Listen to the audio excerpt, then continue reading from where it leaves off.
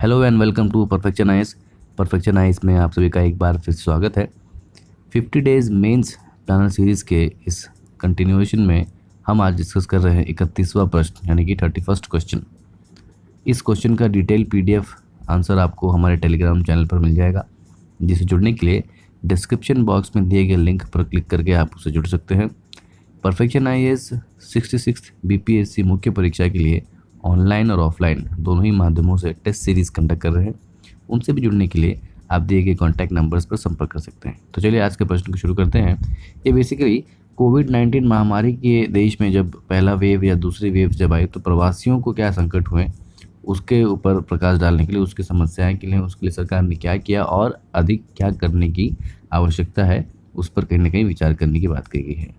तो ये देखेंगे कि कोविड-19 संकट ने दुनिया भर की सरकारों के लिए अभूतपूर्व आर्थिक चुनौतियां पेश की, जिससे कुछ क्षेत्र की महामारी के प्रति अधिक से अधिक असुरक्षित होते गए। खासकर कि जो असंगठित क्षेत्र है भारत में, जो असंगठित रोजगार का क्षेत्र है वो बहुत ज़्यादा हद तक प्रभावित हुआ।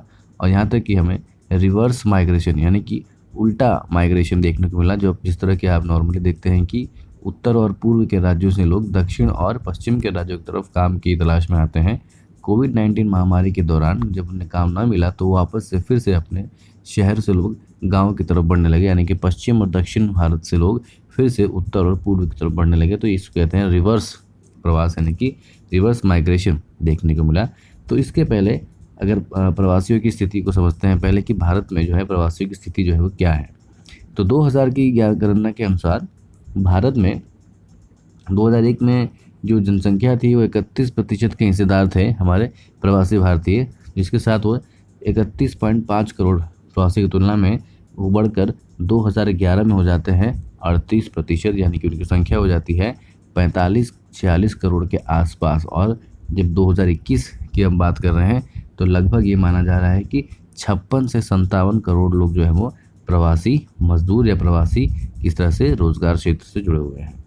2001 और 11 के बीच में जहां जनसंख्या की केवल 18% वृद्धि होती है, वहीं प्रवासियों की खास करके प्रवासी मजदूरों की संख्या जो है वो 45% तक वृद्धि उसमें हो जाती है, जिसमें से 99% जो है वो आंतरिक यानी कि इंटरनल माइग्रेशन जिसे कहते हैं कि केवल देश के अंदर ही, बाहर नहीं, देश के अंदर ही एक राज्य से दूसरे राज्य। और इनके सबसे प्रमुख कारण जो सर्वे में देखा गया है तो काम धंधे की तलाश में जो आप देख सकते हैं कि सबसे ज़्यादा जो है वो 13% के आसपास, उसके बाद विवाह के हिसाब से, फिर उसके बाद हाउस होल्ड जिनका घर बदल गया उनके हिसाब से 23%। और इस तरह से लोग जो है वो अलग अलग कारणों से, उसके बाद जन्म के आधार पर, तो इस तरह से बहुत सारे कारण हैं भारत में माइग्रेशन के, प्रवासी के। महिलाओं में सबसे प्रमुख कारण है विवाह का और पुरुषों में सबसे प्रमुख कारण है दो, या तो रोजगार या तो फिर जन्म का स्थान बदलने के कारण।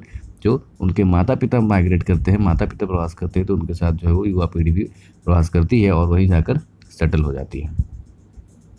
तो प्रवासी श्रमिकों के द्वारा खासकर कोविड-19 की महामारी के समय में क्या विशेष जो है वो समस्याएं, क्या विशेष चुनौतियां जो है वो को सामना करना पड़ा। तो सबसे पहले था कि पब्लिक डिस्ट्रीब्यूशन सिस्टम, जिसकी हम कहते हैं सार्वजनिक वितरण प्रणाली, इसमें कहीं ना कहीं जो उस माध्यम से जो चीज़ें उपलब्ध कराई जा रही थी उनमें कमी हुई।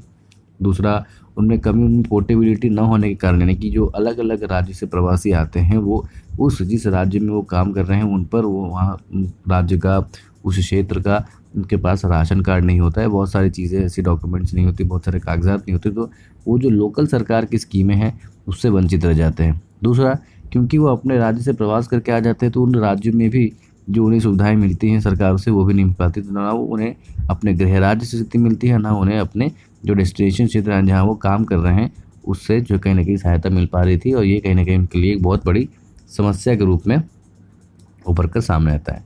शहरी क्षेत्रों में जो है वो किफ़ायती आवास, बुनियादी सुविधाओं तक की पहुँच की बहुत अत्यधिक कमी है। और यह तब देखते हुए कि शहरी आबादी में प्रवासियों का अनुपात जो है 47% से अधिक है, और उसके बाद भी जो शहरी क्षेत्र में महंगाई ज़्यादा होने के कारण जो प्रवासी मजदूर है, यदि उन्हें रोज़गार नहीं मिलेगा तो उनके लिए जो रहना जो है अत्यधिक ग्रामीण क्षेत्रों के मुकाबले अत्यधिक दूभर हो जाता है। अंतर्राज्यीय प्रवासी और श्रमिक अधिनियम जो 1779 में आए थे, उसमें एक था सुरक्षा जो क्लॉज दिया गया है, उसमें जो है जो प्रवासी मजदूर हैं जो किसी एक राज्य से दूसरे राज्य में आकर काम कर रहे हैं, उनकी कहीं ना कहीं सुरक्षा जो है वो उसका ठीक तरह से क्रियान्वयन नहीं हो पाया, ठीक तरह से उसको सुरक्षा में ढील देने के कारण से क्या हुआ है कि उनकी जो है सुरक्षा स्थिति को ठीक तरह से बर्ताव नहीं किया गया है। हालांकि इसको 2011 की एक रिपोर्ट में संज्ञान में लिया भी गया था और हाल ही में जो पास किए गए लेबर कोड है उसमें भी जो लेबर सेफ्टी वगैरह चीज़ें में इसमें इंक्लूड किया गया है, लेकिन अभी तक वो इम्प्लीमेंट किसी ढंग से नहीं हो पाया है। तो सरकार ने सोची कई बार कोशिश की कि कई ठोस और सार्थक प्रयास नहीं किए गए। ठेकेदार हो या नियोक्ता अनिवार्य रूप से पास नियोजित श्रमिकों की पंजीकरण करवाएं ताकि इस अधिनियम के तहत लाभों की उनसे पहुंच सके, लेकिन जो अधिनियम था उस अधिनियम के तहत उनके ठेकेदार जो है उनकी रजिस्ट्री नहीं कराते, उनका पंजीकरण नहीं होता, अवैध रूप से जो है वो उनको लेबरर्स को, अनपढ़ लेबरर्स को लाते हैं, काम कराते हैं, श्रमिकों से काम करवाते हैं और उन श्रमिकों को उचित न उन्हें मूल्य मिलता है, न उचित श्रमिक मिलता है, न उन्हें उस तरह से उनकी मेहनत की पैसे मिलते हैं और अन्य जो सुविधाएं हैं क्योंकि उनका पंजीकरण ही नहीं होता तो उनकी अन्य सुविधाएं भी उन्हें नहीं मिल पाती और किस तरह से कभी उसके साथ अगर कोई काम पर दुर्घटना हो जाती है तो उन मामलों को वहीं लोकल और स्थानिक मामलों पर दबा दिया जाता है और कुछ थोड़े बहुत पैसे देकर उनके साथ जो है रफा दफा करने की कोशिश की जाती है। तो इस तरह की चीज़ें जो पंजीकृत ना होने के कारण लेबर जो है श्रमिक जो है उसकी साक्षरता और शिक्षा में कमी होने के कारण बहुत सारे अधिकार में उसको वंचित रखा जा रहा है और इसके लिए सरकार ने कुछ कदम उठाए हैं। जैसे कुछ राज्यों ने रोजगार में हो रही हानि के लिए जो उनके श्रमिक मजदूर जो वापस चले गए थे उनको कहीं ना कहीं DBT डायरेक्ट बेनिफिट ट्रांसफ़र, आपने देखा होगा बिहार सरकार ने भी 1,000 रुपये देने की बात कही थी जो श्रमिक लौट कर आ रहे थे। ठीक उसी तरह से प्रधानमंत्री अन्न योजना, प्रधानमंत्री गरीब कल्याण योजना, प्रधानमंत्री स्वनिधि योजना, आत्मनिर्भर भारत के तहत बहुत सारे जो प्रोग्राम चले गए थे उस तरह सरकार ने काम किए हैं। लेबर कोड, 4 अलग अलग विशेष लेबर कोड के बारे में आप इसमें लिख सकते हैं। ठीक है, मई 2020 में आत्मनिर्भर भारत के अधिनियम के तहत भारत सरकार ने घोषणा की कि 2 महीने तक राशन कार्ड नहीं रखने वाले प्रवासी श्रमिकों को मुफ्त में खाद्यान्न उपलब्ध किया जाएगा। इसके अलावा भारत सरकार की एक और नई स्कीम थी जिसको हम कहते हैं कि राशन कार्ड पोर्टेबिलिटी स्कीम, यानी कि कोई एक राज्य का व्यक्ति दूसरे राज्य में अपने जो है वो राशन कार्ड का उपयोग करके, यानी कि 2 अलग अलग राज्यों के एक राशन कार्ड, एक देश एक राशन कार्ड की व्यवस्था है। यानी कि एक राज्य में आपके पास कोई राशन कार्ड है और आप किसी दूसरे राज्य में कार्य करते हैं तो वो राशन कार्ड दिखाकर आप वहाँ से अपना राशन उठा सकते हैं। यानी कि पूरे देश में एक ही राशन कार्ड जो है वो अवेलेबल होगा। हालांकि इसमें अलग अलग राज्य, अभी तक बहुत सारे राज्य नहीं जुड़े, लेकिन मुख्यतः राज्यों ने जुड़ने की इसमें इच्छा जताई है और ये एक बहुत अच्छा नियम होने वाला है, खास करके उन प्रवासी मजदूरों के लिए। केंद्र सरकार ने राज्यों के यात्री प्रवासी आवास प्रदान करने के लिए राज्य आपदा प्रतिनिधि यानी कि SDRF state disaster relief fund के उपयोग करके अनुमति दी है कि इनको जो है वो किस तरह से जो है वो आवास प्रदान किया जाए। इसके अलावा राज्यों को चिकित्सा सुविधा के साथ साथ राजमार्गों के साथ राहत शिविर स्थापित करने की भी सलाह दी गई थी इत्यादि। और आवश्यक उपाय क्या करने हो सकते हैं, तो सबसे पहला जो है कि मनरेगा में आप ज़्यादा से ज़्यादा, बहुत से अर्थशास्त्री हों या सामाजिक विचारक हो, उन्होंने भी कहा है कि मनरेगा में अगर हम खर्च बढ़ाते हैं, मनरेगा की स्कीम बढ़ाते हैं तो कहीं ना कहीं ये जो रिवर्स माइग्रेशन, जो शहरों से लोग गाँव में जा रहे हैं, उनके लिए ग्रामीण क्षेत्र में कुछ ऐसे अवसर क्रिएट किए जा सकते हैं ताकि वो लोग पलायन ना करें और उनके लिए वहीं पर कुछ आर्थिक रोजगार के मौके बनाए जा सकें।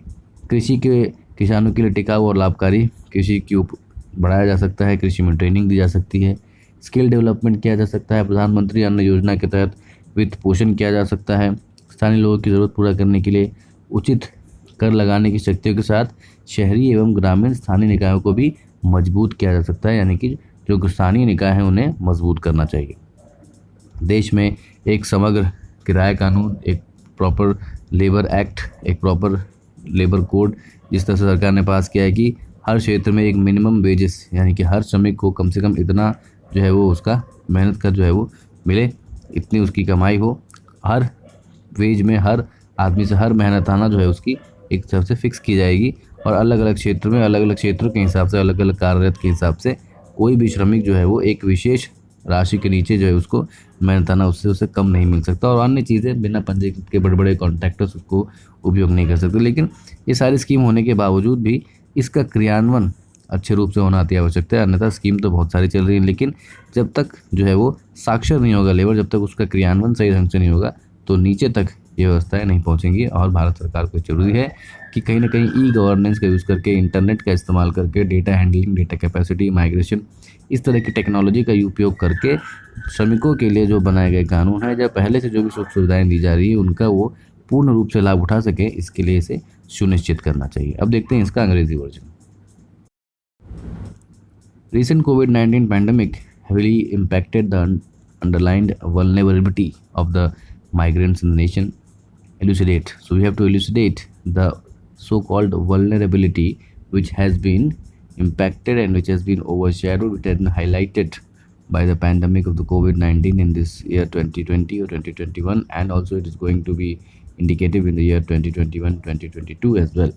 Also throw some light on the government's efforts. So what efforts has government been done, and secondly, what are some extra suggestions that you can make? So before answering that, we'll move on to the what are the conditions of the migrants in India. So as per the census of 2011, that India has nearly about 45.6 crores of migrants in 2011, which actually was comparatively lower in 31.5 crore in the year 2001. And so the presently it increased and about of 38%. So in Indian population, 38% of the population is just a migrant population. Similarly, between 2001 to 2011, if the population rate grew by the 18%, and but the amount of migrants increased by 45%. So population grows by 18%, and in that population the numbers of migrants who actually migrate from one place to another place due to various reasons has been increased by 45%. And among that, 99% of the migrants were just the internal migrants, and that is they were moving inside India states, and mostly from north and the eastern states towards the south and the western states. And the prominent reasons were definitely yes, work and employment, marriage due to birth, and business. These are some important reasons, and that also marriage due to household, that is the marriage regions, okay, change in the household regions, and work related regions, and after birth reasons. These are the prominent reasons why the people migrate from one place to another place. Especially in the females, it is due to the household and the marriage reasons, and in the childs due to the change in the household and the birthplaces, and in the adults it is basically in the search of work and employment, and very less comparatively in business and education. Now the major plights that were faced by the migrants were, that is, lack of portability and the state provided benefits. Many of the states which provided benefits from the ration scheme and public distribution systems were actually unable to dispense the benefits to the migrants. Why? Because these migrants were actually lacking the required documents like the ration cards and other proofs in the states that were actually they are working. So what happens is the migrants come from different home states where they have all the documents and the ration cards, etc. But the state in which they work, they do not have some kind of certificates and documents, etc. So they get deprived of the so-called public distribution system. In order to tackle that, there has been a scheme of one nation, one ration card scheme, which was implemented by late Sri Ramvilas Paswan ji as the Food and Corporation Minister, and many of the states had joined in hand also. And this indulges and this enforces the ration card portability. That is, the ration card of one state can be implemented or can be used in another state for public distribution system. But this was not at the time of the first wave, and that is why it impacted heavily in the reverse migration. Secondly, lack of access of the affordable housing. The urban areas are actually comparatively inflationary areas. Their inflation is high, and so when they are not having any kind of economic opportunity and economic possibilities, they will be having lack of access of affordable housing, basic amenities, and that is why they reduces the social structure as well. Poor implementation of the protection under the Interstate Migration Workman Act. So whatever the act was passed between the Interstate Migration Act for the protection of rights and various service and facilities were given to the migrant laborers, but that has not been implemented. Even though it has been highlighted in the 2011 Parliamentary Committee, but still has nothing forcefully has been done. Though the government has passed the labor codes, but they are yet to be implemented, and then to be seen what kind of trust and benefits they actually prefer. Fundamental rights of the migrants to settle and move across the nation has been taken away. They has not been registered.